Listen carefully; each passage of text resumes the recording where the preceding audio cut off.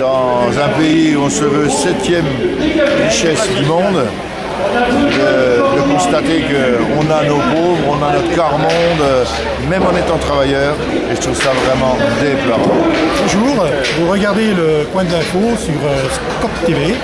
Cette semaine, l'actualité est vue par le club de la boule quétinoise, en direct du boulodrome de Dijon.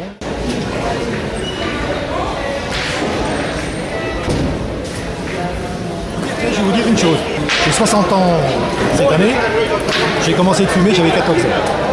Et ça fait 10 ans, jour pour jour, que j'ai arrêté de fumer. Plus ou moins, je fume pas, j'essaie de m'arrêter, je m'arrête pas, aujourd'hui je fume. J'ai arrêté pour mon fils, donc ça a été une autre motivation, mais c'est vrai que le prix des clopes était aussi très motivant à arrêter. Un fumeur, il fume, quel que soit le prix, malheureusement. Si c'est un problème de santé publique, pourquoi on taxe pas l'alcool ?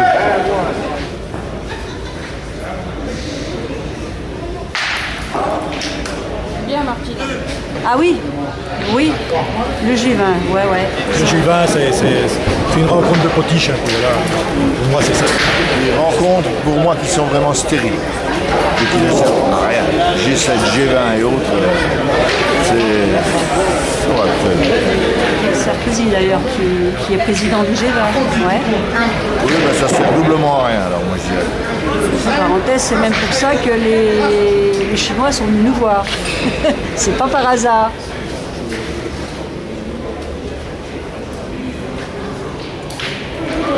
Dans un pays où on se veut 7e richesse du monde, de constater qu'on a nos pauvres, on a notre quart-monde, même en étant travailleur, ça je trouve ça déplorable.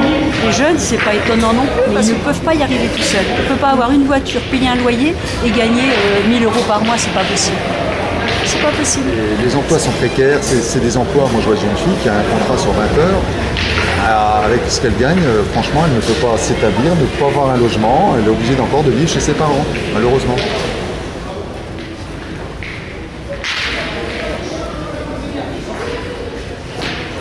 La pétanque est devenue une discipline sportive à part entière. C'est avant tout un jeu d'adresse, aussi bien quand on est pointeur que tireur.